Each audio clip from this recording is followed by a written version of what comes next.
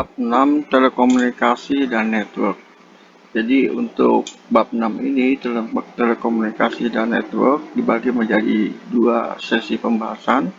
Sesi pertama mengenai network enterprise ya, dan yang sesi kedua itu mengenai telekomunikasi network alternatif.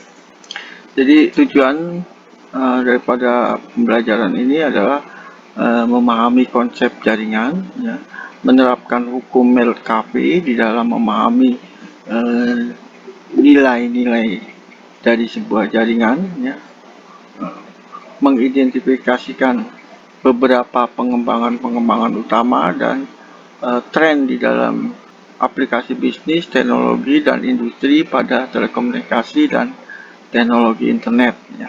Memberikan dapat menjelaskan dan memberikan contoh nilai-nilai bisnis dari internet, intranet, dan aplikasi extranet. Mengidentifikasikan konsep dasar, fungsi, dan jenis telekomunikasi, jaringan telekomunikasi yang dipergunakan di dalam bisnis, ya. Menjelaskan fungsi dan komponen utama dari hardware jaringan telekomunikasi, software, media, dan services, ya. Menjelaskan konsep jaringan client server, memahami dua bentuk jaringan peer-to-peer, dan menjelaskan perbedaan di antara digital dan sinyal analog. Mengidentifikasikan berbagai macam media transmisi, topologi, dan penggunaannya di dalam jaringan telekomunikasi. Memahami dasar-dasar teknologi jaringan wireless, ya, nirkabel, dan menjelaskan konsep TCP/IP dan memahami 7 layer atau 7 layer dari model jaringan OSI. Oke, kita masuk ke section pertama mengenai telekomunikasi dan network. Ketika komputer-komputer dijaringkan dan dua industri komputasi dan komunikasi menyatu, hasilnya lebih dari sekedar penjumlahan bagian-bagian tersebut. Jadi secara cepat, ya, dalam waktu yang singkat, maka aplikasi komputasi akan tersedia, ya, untuk perdagangan atau commerce dan koordinasi B2B atau business to business, baik untuk perusahaan kecil maupun perusahaan besar. Internet global merupakan suatu tempat publik tanpa batas geografi, ya, jadi atau cyberspace, ya, di mana warga negara biasa dapat berinteraksi, mempublikasikan, ya, ide-ide mereka dan membeli barang dan jasa melalui teknologi internet. Singkatnya, dampak komputasi dan komunikasi terhadap masyarakat dan struktur organisasi akan semakin besar, ya. Lanjut, ya. Di sini ada yang namanya hukum Merkavy, ya. Jadi kalau misalnya ada dua, ya, katakan dua telepon, ya, dua node saja, ya. Ini katakan node 1, node 2, tapi hanya dua node, maka itu akan terbentuk dua interkoneksi. Katakan ini adalah misalnya ada dua node, ya. Jadi ini node A katakan, ya, dan ini adalah node B, gitu, ya. Di mana node A dan B ini adalah device komunikasi. Ambil saja telepon, gitu, ya. Maka dihubungkan, maka akan ada dua koneksi, ya, untuk dua node, ya. Berarti di sini n-nya, n itu menyatakan banyaknya node, ya. Kalau n-nya 2, maka koneksinya adalah 2, ya, koneksinya adalah 2. Kalau n-nya 3, katakan 3 di sini, ya, C misalnya, ya, maka koneksinya ada sini, ya, sini ke sana, B ke C, dan C ke B, dan B ke C. Jadi sini akan ada 6 koneksi. Untuk 3 node akan ada 6 koneksi. Untuk 4 node, katakan koneksi D, ini ke sini, ke A ke D, ya. Ini ke sini juga, D ke C ke D, ya. Lalu ini ke B, ya, D ke B. Ini B ke sini juga. Maka akan ada untuk 4 node, maka akan ada 12 koneksi. Jadi 2, 2, 3, 6, 4, 12. Kalau 10, maka koneksi yang akan terbentuk adalah berapa? 90, ya. Jadi di sini rumusnya untuk banyaknya koneksi yang terbentuk itu adalah n-1, gitu ya. Jadi kalau 2, maka 2, kalau 10, maka 10 dikali 9, 90, dan seterusnya. Jadi semakin banyak node, maka koneksinya akan, pertambahannya akan semakin besar, atau disebut dengan tambahannya berlipat ganda, gitu ya. Karena kalau ini n dikali n-1 ini tambahannya menjadi kuadrat, ya. N kuadrat min n. Jadi nilai pertambahannya itu berlipat ganda, kuadrat, ya.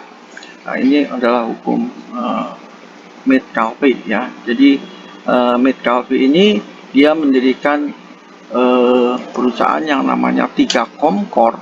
Jadi perusahaannya itu bernama 3Com Corp, ya. 3Com Corporation, ya. Corporation.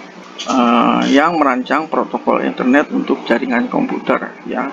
Di sini Metcalfe menggunakan pemahamannya tentang konsep jaringan untuk mengekspresikan pertumbuhan eksponensial. Jadi pertumbuhannya eksponensial, ya, dalam hal nilai bisnis potensial. Jadi hukum Metcalfe ini menyatakan bahwa kegunaan dan utilitas jaringan sama dengan kuadrat jumlah pengguna. Jadi kalau penggunanya 2, maka di sini 2. Jadi nilainya itu adalah 2. Kalau 3, dia 6, 4, 12, dan jadi pertambahannya itu hampir mendekati n kuadrat, gitu ya.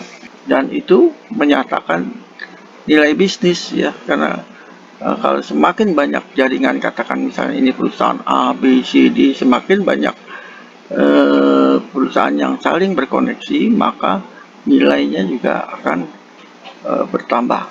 Bertambahnya adalah bertambah eksponensial. Jadi dengan kata lain, dengan menambahkan pengguna baru, ya, misalnya dari 2 ke 3, 3 ke 4, gitu ya, dengan menambahkan pengguna baru ke jaringan, kaitannya dengan koneksi secara potensial di antara anggotanya itu akan bertambah berlipat ganda, ya. Jadi hukum Metcalfe ini menjadi mudah dipahami jika kita memikirkan bagian umum dari teknologi yang kita semua gunakan setiap hari, misalnya telepon, ya. Teleponnya ini kita lihat di sini, ya, telepon, ya. Jadi kalau teleponnya ini hanya dua telepon atau 2 node, ya, maka yang terhubung adalah hanya katakan A dan B, ya. Kalau misalnya kita tambah, ya, maka 5 misalnya, maka jumlah koneksinya dia akan menjadi 20 koneksi, ya. Nah, sekarang bayangkan jika seluruh dunia terhubung, ya, seperti kayak gini, ya, misalnya katakannya. Jika seluruh dunia terhubung, maka utilitas sistem ini akan sangat fenomenal, ya. Tambahkan jumlah koneksi telepon kabel, dan kita akan memiliki potensi nilai yang sangat besar, ya. Jadi semakin besar node-nya, semakin besar koneksinya, maka potensi nilainya itu akan sangat besar. Untuk mencapai nilai ini, tentunya banyak orang harus memiliki akses ke telepon, ya, dan mereka harus menggunakannya, ya. Dengan kata lain, penggunaan telepon harus mencapai masa kritis pengguna. Begitu pula dengan teknologi apapun, ya. Sampai masa kritis pengguna tercapai, maka perubahan teknologi hanya mempengaruhi teknologi. Namun begitu masa kritis tercapai, sistem sosial, politik, dan ekonomi itu akan mengalami perubahan, ya. Jadi hal yang sama berlaku untuk teknologi jaringan digital, ya. Pertimbangan internet ini mencapai masa kritis pada tahun sekitar 1993, ya. Ketika ada 2,5 juta komputer host, ya, di jaringan, ya, maka pada November 1997 jaringan luas ini diperkirakan berisi 75 juta komputer induk. Tahun 97 sudah ada 25 juta komputer induk ya. Nah, jadi menurut Internet Statistik Dunia, jumlah pengguna internet pada April 2011 itu sudah mencapai 1,96 miliar ya. Itu mewakili lebih dari 28% perkiraan populasi dunia ya. Itu baru 28% ya, belum seluruhnya ya. Ya, di sini dengan biaya komputasi yang terus turun dan cepat ya, karena teknologi itu justru semakin turun ya nilainya, dengan semakin canggih semakin turun sesuai dengan hukum Moore ya. Dan internet tumbuh secara eksponensial. Jadi biaya komputasi turun, internet tumbuh secara eksponensial. Jadi tumbuh secara eksponensial nih hukum Metcalfe ya. Jadi kalau hukum Moore itu teknologi semakin maju maka nilainya atau harganya, biayanya itu akan semakin turun ya. Tentunya diharapkan untuk melihat lebih banyak nilai itu ya. Nilainya itu menjadi semakin lebih besar ya harapannya, karena akan meningkatkan nilai bisnis ya, dengan biaya yang lebih sedikit ya. Oke, selanjutnya, jadi apa itu jaringan komputer ya? Jadi jaringan komputer itu merupakan suatu sistem yang menghubungkan komputer-komputer dan juga peralatan-peralatan lainnya melalui media komunikasi, sehingga data informasi itu dapat ditransmitnya, dapat dipindahkan di antara device-device tersebut ya.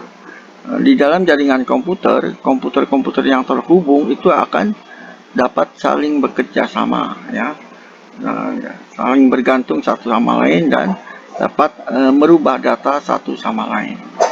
Yang dimaksud dengan bandwidth ya, nanti kita akan ketemu istilah bandwidth.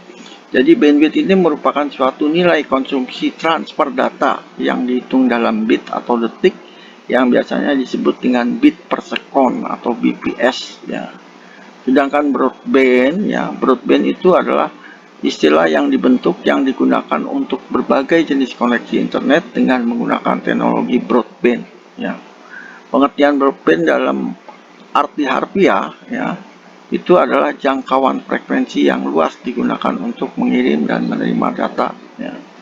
Jadi tipe daripada komputer network atau jaringan komputer itu bisa berupa PANS ya, Personal Area Network, LANs, Local Area Network, MANS ya, Metropolitan Area Network, WAN atau Wide Area Network. Nah, seperti ini ya, ini adalah LAN ya. LAN di mana semua komputer terhubung dengan server dalam satu lokasi.